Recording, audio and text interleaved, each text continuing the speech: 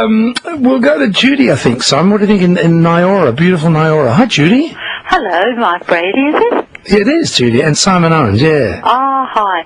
Well, I'm one of those geriatric rockers, and I've had a lovely Christmas, except today I think that you might be sad to hear too, but one of the greatest of this country has ever produced, and a good friend, Betty McQuade, went to God, or up to rock and roll heaven, I should say. I didn't know that, Judy. Yeah, 7:30 this morning, but she would not want anybody to be unhappy, including you, and I know she knew you.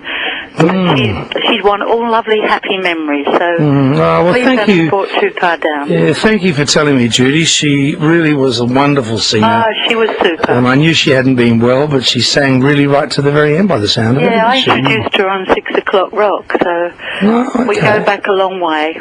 Oh, Judy, that's I'm sad to hear that, but as you say... Don't be sad, she's out of pain. Yeah, that's true too. And she wouldn't want it any other way than people remembering her the way she was. Yeah. Well, I'm glad you've called us to tell us, because a lot of people listening to 3AW tonight would have fond memories of one of Australia's greatest rock singers of all time. Definitely, and one of my favourites. Yeah, I know we often play her. I know I've actually heard you play her, Simon, a number of times, and certainly we play her on Might Till Midnight, and we might even get a little bit of something of hers in a little later tonight. So, would you tell Bruce Mansfield and dear Philip Adams? Certainly will. So Judy Canon sends her love too. Oh, Judy. Okay, Judy. Yeah. Well, thank you very much for letting us know. Oh, you're very welcome. Okay. Okay. Happy New Year. Better year for everybody. Thank you, Judy. Lovely to hear from you. Good on you, Judy. Thanks for that.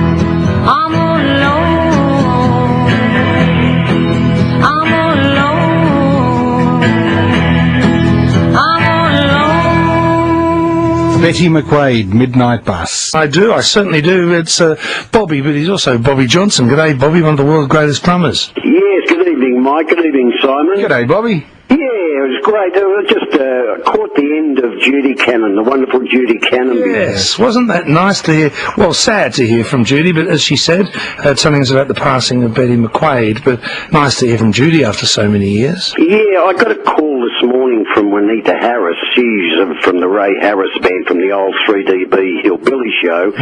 Apparently, I think Bet left us at about 7:15 this morning. And gee, what wonderful memories of Betty McQuade. I mean, we worked with, and so would you, Mike, probably in the old days at the Newmarket Theatre rock and roll dance. Yeah, back to back many of her shows, Bobby, as I know you did. Bobby was the drummer in a number of bands, but the most probably well known of those being the Blue Jays, and Bobby's an older man now, the same as me, but they still talk about Bobby Johnson's escapades. Oh, that's very kind of you. But she was Betty McQuade.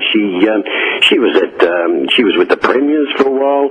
Yeah. Love her, and of course she had that big hit you played before. I didn't realise she was on Astor. I thought she was W&G, but she did Midnight Bus on my records in 1961, and also Blue Train. She did that, and that was on Astor. She later on, Bet did for W&G. She did 2 EPs. Betty McQuade Sings and Let's Meet McQuade. Yeah, I do remember that she was with W&G as well as Astor. But, you know, the interesting thing is those days. I was just saying to Simon that I think she was one of those unlucky singers that this country ever produced, because she certainly was up there with the very best of the Americans. Don't you think, Bob? Oh, 100%, and thank God for that. I think Stan Rofe might have found Midnight Bus for Betty, as he did a lot of artists, you know, and I last saw Bet, which was about 15 years ago. We're in Brisbane for the Legends of 60s Rock and Roll, and Betty had, you know, she liked the vodka occasionally, which was terrific, you know, she really, and she got up on stage, Mike, and absolutely killed them. And that was in Brisbane. We finished up raising $100,000 for the